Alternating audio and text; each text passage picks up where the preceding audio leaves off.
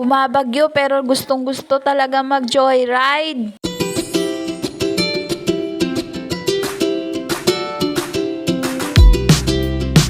Yung araw na ito ay may bagyo at dito naman sa amin ay ganito ang panahon, medyo maaliwalas pero maambon-ambon. Mabuti na nga lang at may masakyan naman ako na joyride. Salamat na lang at nauuso na yung ganito, mabilis na lang makasakay. Bye-bye. At nung nakapagpaalam na nga ako sa anak ko, eto na nga, dumiretso na nga kami ng alis. Pagkaalis nga namin dito sa amin ay medyo umaambon-ambon na.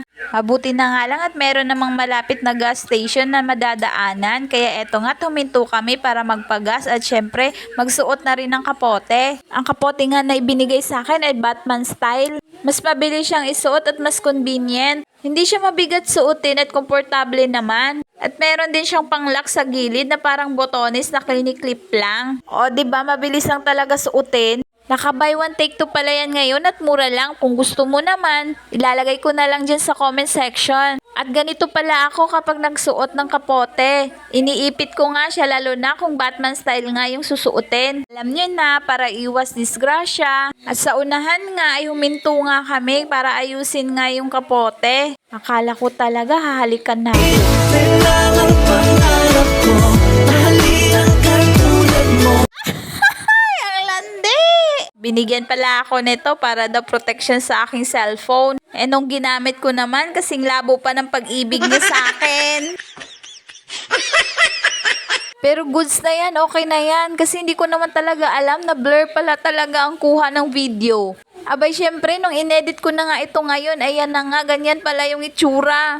Acceptable na yan kasi umuulan na talaga nung panahon na yan. Pero kahit pa paano nasa tamang landas naman yung pagka-supportive niya para may ma-video lang talaga ako. Ang haba nga ng biyahe namin kaysa sa pinunta namin dito. Kasi pagdating namin dito, naka-ready na pala yung papel na kukuhanin namin. Kaya wala pa nga 5 minutes, pauwi na rin kami. At habang pauwi na nga kami ay may nadaanan nga kaming nagtitinda ng saging. Nalagpasan na nga namin to pero sabi ko balik tayo kasi napakamura lang lakatan nila. At sa una-unahan pa nga ay manalagpasan rin kaming nagtitinda ng mga basahan. Pero bumalik kami kasi kailangan namin ng basahang bilog. Goods naman kasi 14 pieces, 20 pesos ang benta nila. Mas gusto ko kasi itong gamitin pang punas lalong-lalo na sa mga alikabok.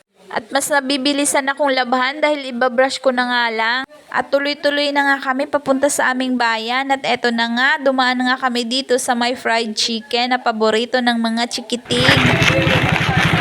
Bit mo. At fast forward na nga, nakarating na nga kami dito sa bahay at nag-aabang na nga si Madam. Madaming gustong ipabili.